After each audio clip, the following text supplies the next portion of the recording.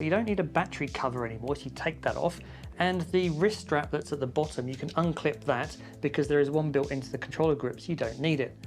And whilst you're there, take the battery out as well because it just makes it easier to put the cover on later. With those two things out of the way, just slide the controller into the grip cover itself and it will click into place. Once it's clicked into place, take these two grommet things at the top, just loop over the top, hook them in, and you are pretty much done. And one of the big features of this grip cover is the built-in battery compartment. So to install your battery, all you need to do is take that cover and flick it back, and you will notice there is a plastic tab underneath. Make sure that that is out because you're actually going to use that to hook underneath the battery because it needs that to make it easier to take the battery out later on when you need to replace it. So put your battery in, making sure that that plastic tag is actually underneath. Now take the lid of that battery compartment and just push it back into place, and that will go flush with the rest of the grip cover. It does also come with an optional fur strap here to sort of make it a bit more comfortable for your hands. Up to you if you install it. It's not compulsory, but it's there if you want it. Another good feature of these is the silicone cover that goes around the ring at the top as well. It just really kind of hooks around the top.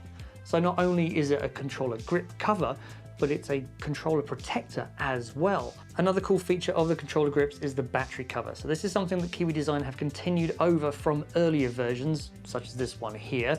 And it means that you don't have to keep taking the controller grip off to go and replace the battery. You simply lift the silicone compartment that's here, and then you can get straight into that battery compartment. So then you just take the battery out, slide a new battery in, push the cover back on, and then you're ready to go again. So it's really good because I had a cover for the original Quest and it didn't have the battery compartment, and I ended up just taking the grip cover off because constantly having to switch the batteries just got really annoying. I do know that the Quest 2 batteries do last longer, but it's good to be able to have that so you can easily get to the batteries. It's a super useful feature. Once you've got it, you wonder why you didn't have it to start with. And adjusting the hand strap here is super easy. It's all simply done with a button at the bottom. You simply press that in, and then you can adjust the actual hand strap itself either in or out, adjusting to your hand.